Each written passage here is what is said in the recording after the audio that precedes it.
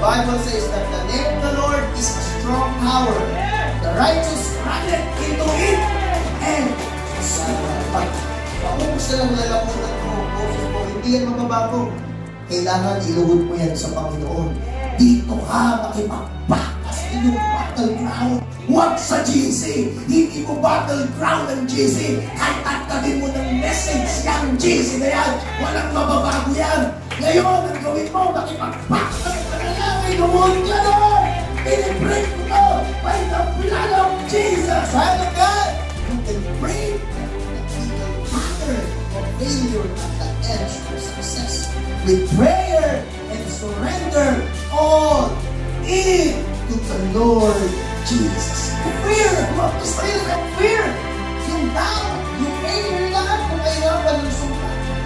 Kaya binibreak ni Jesus yung pattern ng mga pinanggit ko kanina, para bigyan tayo ng panibagong pattern. At ang pattern na yan ay ang salita ng Diyos. This is the right time to break the pattern cycle of failure.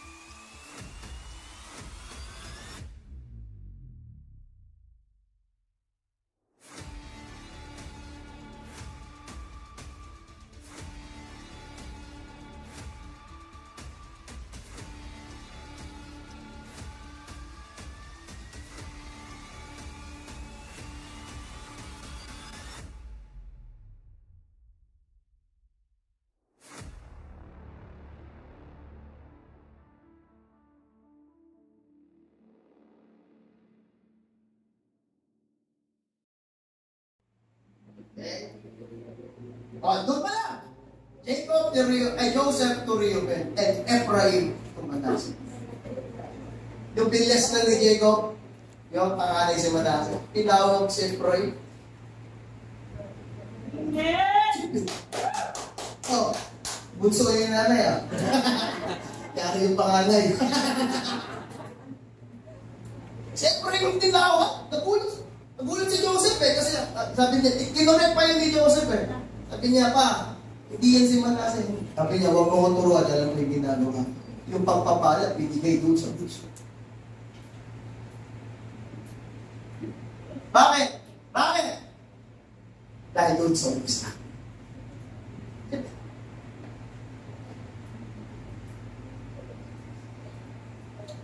Si Esau, sabi Jacob, grabe sabi ni Esau, pag nakita kita, walang katubili, kapatid. Grabe yung kanyang muhi sa kapatid. Kali. Kinuha Saan yung pagpapala ko? Nabigay ko na. Tinakbo na tinakbo. Kaya naghirap, kaya sa buong buhay ni Esau, na paghihirap niya, sinisisi niya lahat ni ako. Kasi ako, hindi natahimik ang buhay. Kaya nung ginawa niya, kasi gusto niya ayusin sa lilahi niya, nakipagkita siya kay Esau. Kasi alam niyo, papatayin talaga siya ng kapatid. Magaling si Esau na hunter. Hindi niya kaya sa labanan. Siya tagapagluto lang siya Binubog siya ng nanay niya doon sa pagluto Hindi siya warrior Kaya pag magkita sila ni Esau, talaga siya. Kaya sabi niya, makipagkita ko sa iyo, gusto ko makipag-ayos. Kasi kahit anong gawin niya, nasa kanya yung blessing, pero may sumpa. Wala. 30 years, tatrabaho siya, wala siyang kinita, wala siyang nagawa. Kaya nung nakipag-ayos siya, nakuha niya ang kapatawaran ni Esau, doon pinagpalas siya. Mahalaga yan. Kaya yung ating lineage, yung ating pamilya, hindi dapat siya mag-away-away. Kasi nangyari yan kayo, bro. Pag mag-away yung magulang sa magulang, kapatid sa mga kapatid, natural pati mga anak. Nag-i-struggle. Pero magpinsan yan. Amen? Mas maganda lahat ang lahi ni Papa. Kaysa nila pinita.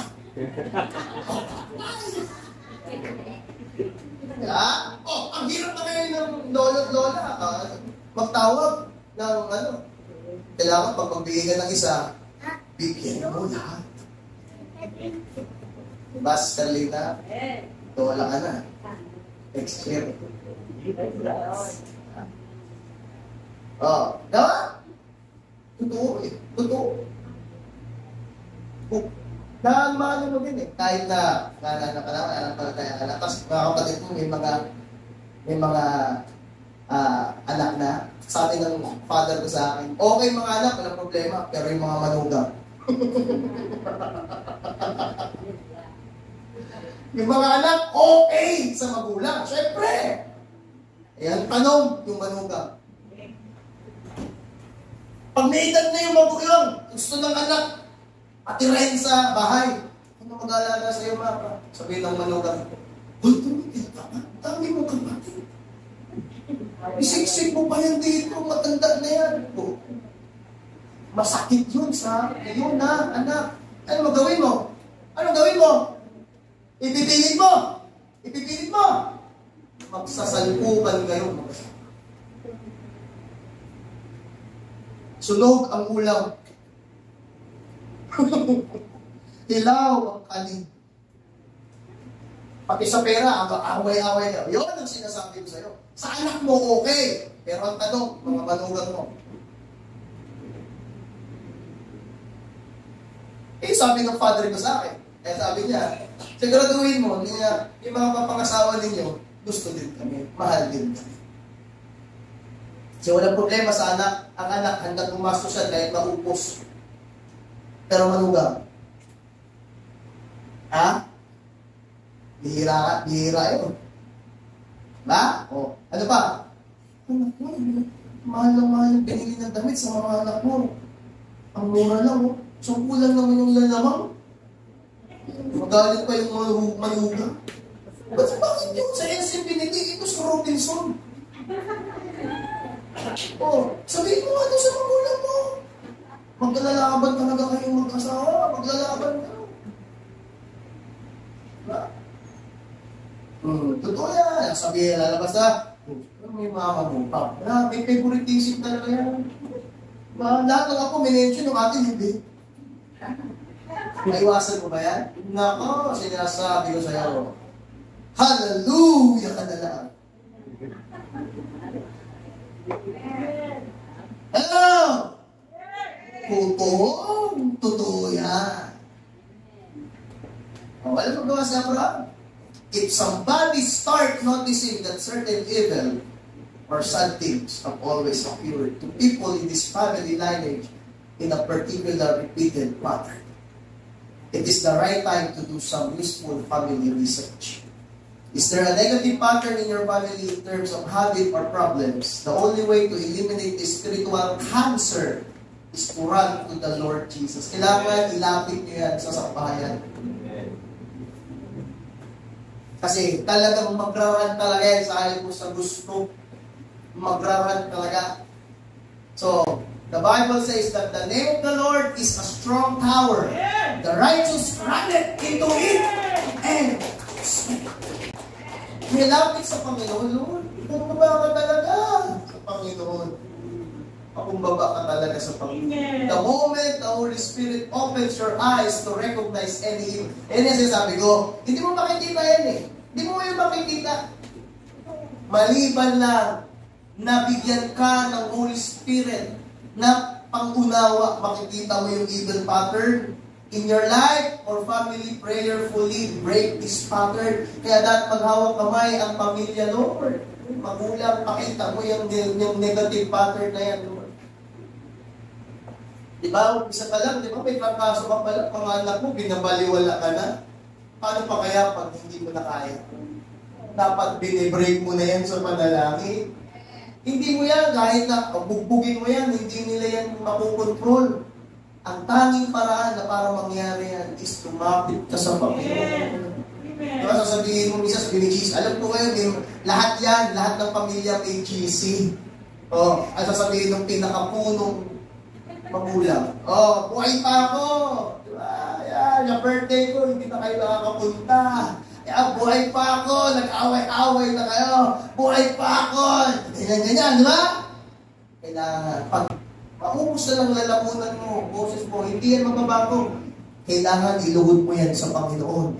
Dito ka makipagbakas inyong battleground. Huwag sa GC. Hindi mo battleground ang GC. Kahit tatagin mo ng message yung GC na yan, walang mababago yan. Ngayon, ang gawin mo, makipagbakas sa panalangin. Lumuhod ka Lord! Pinibreak ko to by the blood of Jesus. Sabihin sa'yo, lahat yan mapapadala sa'yo buwan-buwan. Magsusupport sa'yo monthly. Personal. Hindi yung nagbigay. Oo, nagbibigay yung mga anak ko. Ano? Pagbigas. Pero sa personal mo, wala talagang binibigay. Diba? Oo. Dahil lang kayo, grabe. Alam mo, tikit. Kahirapan. Ang tindi ang kahirapan. Ay, si Lapis ka, binrik. Matindi ang kahirapan. Kasi naipapasa talaga yan. Ha? Oh. Hallelujah. Lalo yung drunkenness. Mga bata pa yan. Grabe. Kumakamoy ka ng alak eh. Grabe talagang lahi. Ilahi namin, sabungerong mga forefathers ko, puro sabungero. Ibang ulit eh. Yung po, mga sabungero. Diba? Sa itlog pa lang, alam na nila kung magsa-champion eh.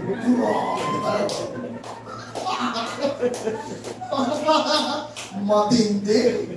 Oh, kilolo ko, mga forefathers ko, lahat ng chewing kapatid ng father ng lolo ko, sabungero yan. Yung mga anak nila, mga sabungero, hanggang ngayon. Mga big time na mga sabungero. Ang father ko, sa 10 dinerbi yan, walang talo yan. Kaya nga saan siya din ni Lord, sabi ni Lord, gagawin kitang lingkod ko, gagawin kang pastor, ayaw niya. Sabi ni Lord, hindi ka naman nalo kahit kanya. Hindi na talaga siya nanalo. Hindi siya makapaliwas. Kahit ng mistis yung manok lang, napapanalo niya. Yan yung lahi namin eh. Kapag kita ko, ako bata ka, pero pag nakita ko yung manok, ang ganda ng manok mo. Oo, sabi ng nanay ko, yan, kumano yan naman yung lahi mo. Nakita ka ng manok. Sumanok pala lapit sa'yo eh. Ganun-ganunin ka ng manok. Ha? Oh. Grabe. Kailangan mo ipanalangin yan. Mga kabataan, hindi alam ng magulang nyo, kaya kayo manalangin. Oh. Child of God, you can break that evil pattern of failure at the edge of success with prayer and surrender all it to the Lord Jesus Christ. You have to confess it in the Lord Jesus Christ. Gusto nyo ba i-break? Oh, i-confess mo. Number 1, choose the right pattern. What is the relation of breaking the pattern sa ating text? Ito si Jesus. Okay? Oh, binrake niya yung pattern. Sabi diyan, yung pattern is the regular and repeated way in which something happens or it's done. Kaya, makikita mo dito, yung si Jesus, John chapter 6, verse 1 to 50. Yung feed the 5,000 or 20,000. Jesus breaking the pattern of poor mentality. Binrake niya eh. Yung kahirapan, mula doon sa 2 isang 5 pinapay, binrake ng Panginoon yung pattern ng kahirapan. Nakita doon na pinagpala, naging prosper. Yung araw na yun, yung time na yun. At sumobra pa ng 12 basket. Binrake ni Jesus yung unbelief spirit. Kasi hindi sila maniwala eh, na mapapakain yung ganong karaming mga katao. Binrake ni Jesus yun. Binrake niya yung fear, spirit of fear, yung doubt, yung anger, lahat ng kahirapan ng sumpa. Kaya binibreak ni Jesus yung pattern ng mga binanggit ko kanina, para bigyan tayo ng panibagong pattern. At ang pattern na yan ay ang salita ng Diyos. Amen. Amen. Yun ang dapat nating susundin. Yun ang dapat ipaparal natin sa pamilya natin. Pag-uusapan yan ng pamilya. O ito dapat yung magiging takbo ng natin, ng pamilya natin. Kasi pag hindi, pag negative family, di ba? Yung habit, yung ipaparan natin sa loob ng tahanan natin, isasalin yan sa mga susunod. Pasa-pasa na yan. Tama mo? Pasa-pasa na. Eh si Jesus, binrate niya yung pattern. Nung nagpakain siya ng 5,000. Sunod sa John chapter 6. Jesus walks on water.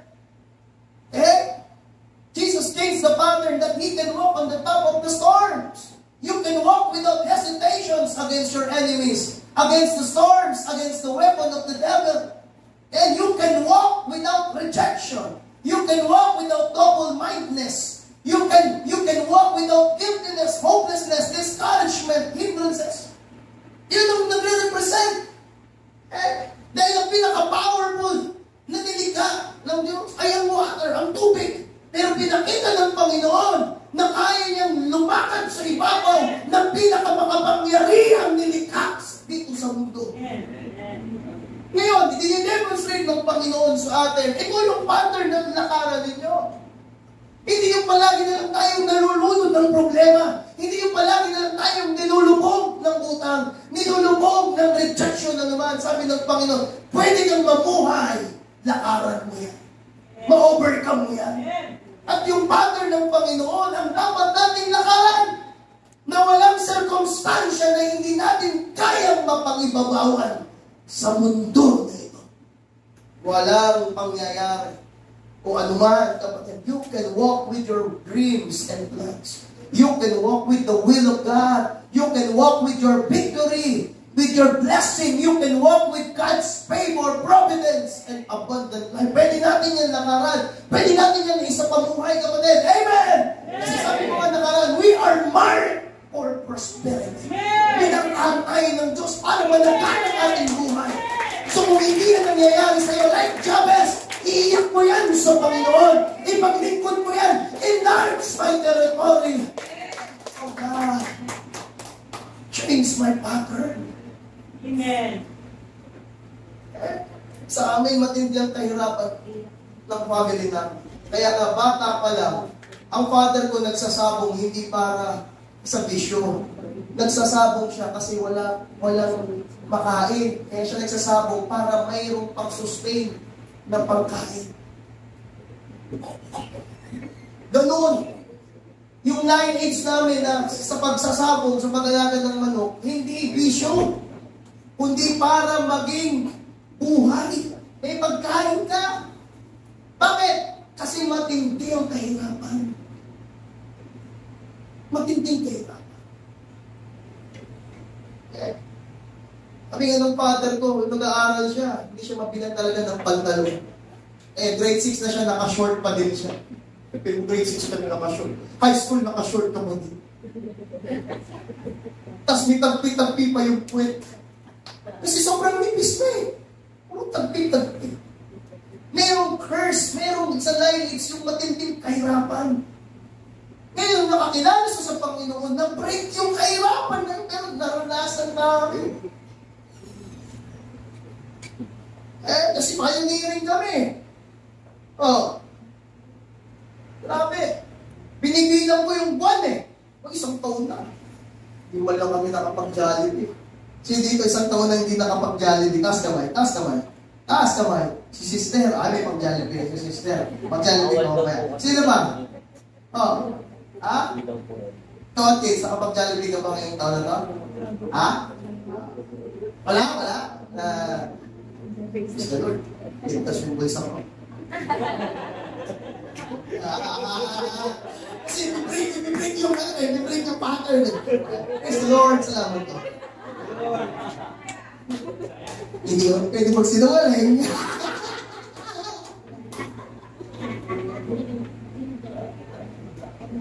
Kasi bihira kami na. Pero nakita ko, sa pagpapatuloy ng magulang ko sa pag-ministry. Mahirap ka Jollibee pamilya mo pag marami kayo. Pag bumili ka ng sapatos, 4 kami. Mahal. Di ba? O kaya youth camp, 2 lang yung anak ko ha. Sinama si Isay, 5,000, 10,000 agad. O, anak mo sama ng camp, 8. Kaya i-break yun. Baka yung anak mo, nagbibilang na yan. Daan na lang kami ng daan, sabi ni Jollibee. Diba? Yung anak ko, malayo na, si Jollibee ko rin. Hindi ka ba naawa dyan? Hindi ka ba nakapag dyan? Kasi ganun ako nung bata pa. Mas dadaan kami, dumadaan yung father kong hindi dumaan sa mga may pagkain, wala naman siyang pambili. Yung hamburger, na may pasa na hamburger, ay grabe magpausok yan. Kasabi sa akin, sabi niyo, dadaan siya. Kasabi niyo, ay burger, ha? Ako naman, grabe. Hindi ko. Sabi ko, bibili tayo? Hindi, dumaan na. Grabe. Hindi. Kahirapan. Ngayon, mamanahin pa ng mga anak mo. High school na anak mo, naka-short pa din. Sabi, anak, tama kasi, like father, like son. Short ka lang. Gusto mo ba yan? Kailangan yan. Sa break. Sa buhay natin. Pero hindi lang doon sa kahirapan, kundi marami pang aspeto sa buhay natin. Kaya nga kailangan, remain in me, and I in you. Kasi hindi yan isang beses lang. Hanggang tayo ay nananatili sa Panginoon, tuloy-tuloy ang proseso. Amen, tuloy-tuloy. Kasi bakit? Ito, sa'yo nag-break, meron na naman susunod. Sa kailangan tuturuan na naman yan siya. Ganyan ang mga Hudyo Kapag mayroong mga bagong generation, tinuturo nila yung Torah, yung first 5 books. Kaya ang mga Hudyo, kabisado nila ang 5 books. Kasi, kultura nila yun. Hindi ka tunay na Hudyo pag hindi mo kabisado yan. Alam nila, mga utos. Alam nila yung mga anak nila. Kaya, remain in me, sabi ng Panginoon, and I remain in you. Ano yun? Yung salita ng Diyos. Parang mananaligta na yan sa ating mga lahat. Ito lang. Sample lang. Meron isa sa mga kapatid ng mother ko, meron talaga dyan na kapag gumalaw, may pag hindi na tumba, nasira. Ay, kukuha lang yung baso. Pag baso na ako, binatapit. At yan yung kapatid kong pangalawa, yung Pastor Lobo. Camp sa Baguio. Ano sa lahat, hatang pastor, doon kami nakaupo. Sabi niya, iiyak ang pagtayo niya, tapon lahat ng lugaw. Masigawan yung mga pastor. Sabi, sorry. Kasi nagano din siya kamatid. Yan pa lang. Tapos, obserbahan mo doon sa sunod na lahat. Mayroon din.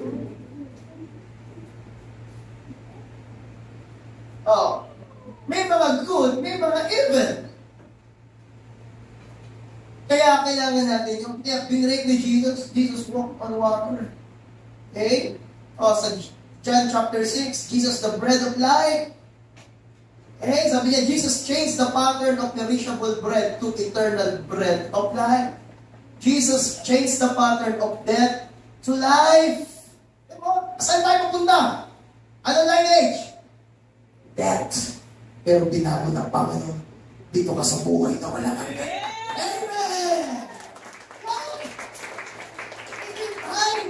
Change the pattern you are acting for. Change the pattern you are working for. Palitan natin, choose the right pattern at pangulit. The new pattern. Sino ang sinusundan? Tanongin mo katabi. Sino ang sinusundan? Minsan yung sinusundan mo, okay. Pero in the process, makikita mo, di ba, nagka-crack. Agaya yung sinabi ni Pastor Lori kagabi, di ba? May crack. Sa una, okay. Pero habang may lindol na nagka-crack yung sinusundan. Sa dulo, sabi ng Bible, bangin, kapahamakan. Who is your pattern? Who is your model? Sino yung ini-imitate mo? Sino yung ini-emulate, simulate? Jesus said, Matthew 4:19, come, follow me. Jesus said, and I will make you fishers of men. Okay? So sabi ng Panginoon, ang follow me means to imitate. Okay? Kaya naparito ang Panginoon para bigyan tayo ng pattern. Bigyan tayo ng ating susundin. Ang magiging pattern natin, ang magiging model natin, ay ang mundo. Saan papunta yan? Sa kasalanan. Kapag yun ang naging yung model, inahangaan mo ng mga influencer. Sa camera lang yan, halos titignan mo, perfectong-perfecto. Pero, yung buhay nila wala sa Panginoon. Amen? Amen. Ito yung time. Hallelujah. This is the right time to break the patterns that seek to impede our purpose and passion to the work of Jesus Christ.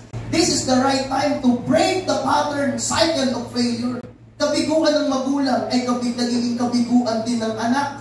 Huwag, kapatid! Hindi mo magiging kabiguan kung naging kabiguan yun. Di ba? Huwag kayo masasaktan, ha? O magulang, ba? Kahit ano, dahil sa kahirapan, hindi nakapagtapos ng pag-aaral. Huwag di magmahayaan na susundan yun ang susunod sa'yo. Amen? Kundi, ma-break mo yung pattern. Gaya mayroong disciples sa Project 6 ko, 12 silang magkakapatid. Pangilan siya, pang siyam yata o 10. Okay? Lahat yun, ng mga kuya at ate niya, lahat hindi nakapagtapos kasi ganun din ang magulang niya, Lorin mo. Sabi ng magulang niya, mahalaga kumikita tayo ng pera. Sa payata sila nakatira. Kapor na din yung bata, si Michael. Di ano na siya, third year na siya. Tapos sabi niya, gusto ko nang tumigil. Kasi ganun yung nangyayari, nag-aaral pero tumitigil. Ano sabi niya kanya ng pastor? Maging ako din, sabi ko sa kanya, ito na yung time para ma-break mo yung pattern. Ma-break mo yung cycle. Lahat kayo, hindi makapagtapos sa'yo mag-umpisa. Nakatapos siya ngayon, may mga kapatid siya na magtatapos na din. Nalihis eh. Nag-iba yung pattern. Pero kung hindi niya yung sinunod, lahat. Kaya dun sa mga estudyante, magtapos ka kasi magandang principle ang pagtatapos. Kaya sabi ng Bible, finishing the race. Ikaw, mas gusto ko pa talaga, hindi ko talaga kaya. Monday sick. Ano na? Monday sickness. Pag Monday talaga ako pumapasok. Break mo yan! Ano Monday sickness? Tapos ipapasok mo yung Monday sickness mo? O ilan na kayo ng Monday sickness? Yung iba, Sunday sickness mo. Saan mo nakuha yan? Saan galing yung Monday sickness? Meron na rin pala na yung Monday sickness. Saan mo nakuha yan? Ipapasa mo yan. Susunod. Sasabihin ko yan. Baka sabihin ng anak mo, ikaw may Monday sickness, ako Monday, Tuesday, Wednesday sickness. Yan ba ang gusto mong ipasa? Sa katabi mo, ba gusto mong ipasa? Gusto mong ipasa. Ano?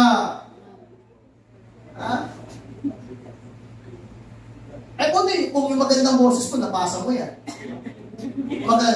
Yung agwapuhan, aganda mo, mapasa mo. Hindi talaga. Tarang yan, mas maganda yung magulang kaysa sana. Pumayat nila. Kasi namitan na sila ngayon. Kung nakita mo yung kabataan niya, wala kasi nape. Yung sa'yo, lapat na lang yan. Iba pa rin ang original sa cafe.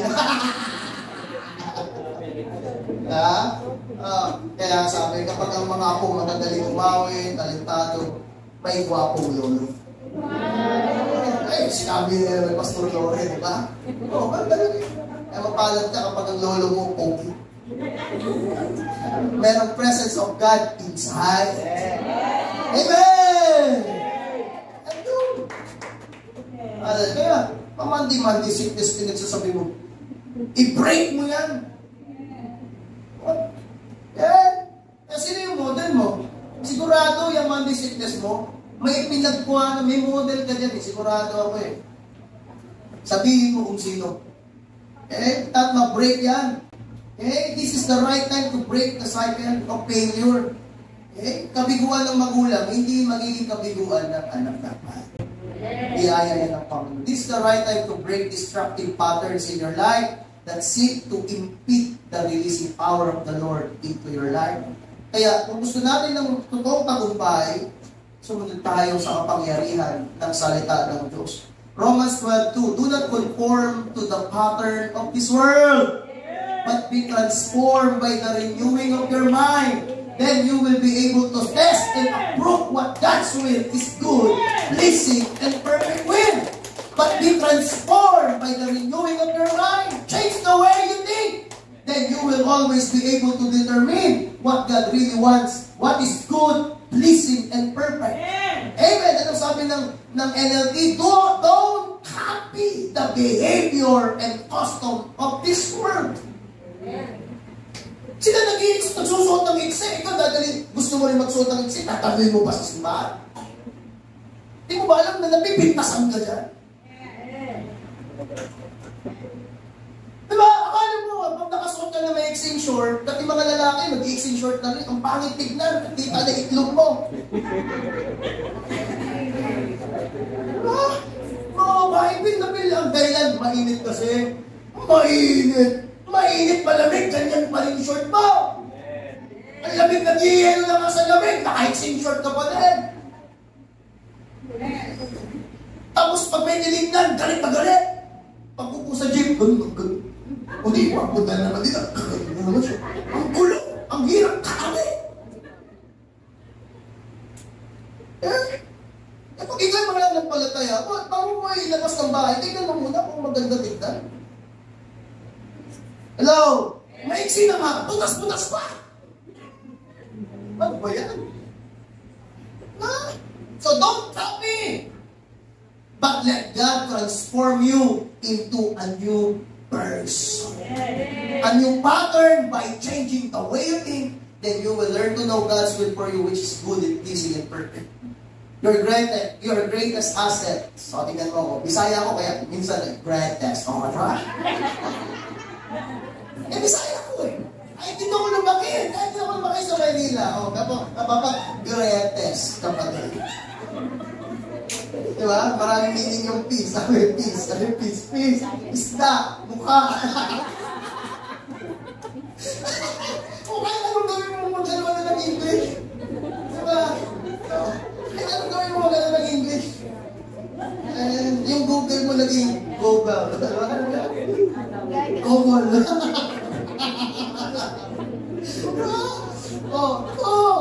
Ito eh talaga. Okay. Yeah, your greatest asset is your mind. And the mind, you have to learn a lot of things in the world. The enemy trying to come in and controlling, limiting your mind, your heart, through giving a worldly pattern of behavior, custom, traits, culture of this world. Kaya ano ginagawa ng kaawa? Yung isip natin, yung nilalagay nyo ng pattern sa mundo, sa behavior, sa social media.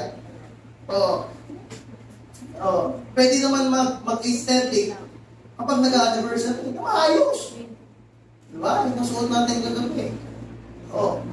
Nilalagay mo, convert mo sa Christian culture. So the key is, let God transform you into a new person, a new pattern by changing the way you think. Okay? Kasi yung isip nung napagpasahan sa'yo, iba eh. Kaya ikaw, change the way you think. Amen? Then you will learn to know God's will for you, which is good and pleasing and perfect. Kasi mag-umpisa lang yan sa isip. Yung destiny, nag-umpisa saan? Thought. What's your thought? It becomes, words. What's your word? Become action. What's your action? It becomes habit. What's your habit? It becomes your destiny. Nag-umpisa lang sa isip. Yung bata, di ba? Kasi nagkwento sa akin, nakita niyo yung mga kuya natin yung nagsasaksak doon sa saksakan. Walang kamuwang na bata, nakita niya na is. Isipin mo, walang kamuwang, di ba? Napakabata na. Dahil nakikita niya na nagsasaksak, ang dami naman pwedeng gawin, pero bakit yun ang gagawin niya? Nasasaksak din. Kung metal pa ang nasasaksak. Bata yan. kung anong makita niya na ginagaya niya. Sinagtatatak yun sa isipan niya. Amen? Oh. So, hindi automatic gumaganda ang future natin. Dito na ako magtatapos. Sabihin mo, hindi automatic gumaganda ang future mo. Sometimes, we are more concerned about how we look than how we think. Mas concerned pa tayo sa itsura kaysa sa iniisip mo. May mga tao na hindi kasing tamos ng ilong mo, pero mas masaya sila sa'yo.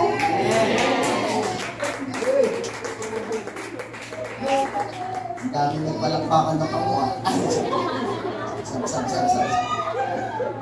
May mga tao na hindi kasing puti, hindi kasing kinis ng balat mo, pero mas masaya sila sa'yo. Mas makinis ka pa, pero mas masaya sila sa'yo. Wala sa itsura, nasa pag-iisip. Thinking beautiful, but miserable. This is the right time, the right place to break the pattern. Ni Ananias, Sapphira, ni Judas Iscariote. Break the pattern ng cycle of failures, gossip, and murmuring. This is the right time, the right place to walk a new pattern from Jesus. Amen. Kahit ano bang kasi pangos ang ilong niya, importante, kapatid, alam maging masaya ka sa Amen. Yan ang pinaka-importante. Get out in old ways. Get out of repeated ways. Get out of repeated failures. Get out of repeated character. Get out of repeated suffering. Get out of repeated sin. Get out of repeated habit, repeated words, repeated feelings and action. Walk with Jesus. Delight with Jesus. Eat with Jesus. Enjoy with Jesus. Living with Jesus. He is the new pattern we have to follow. Amen. Kaya sa ating natandaan, mga kapatid, yun lang,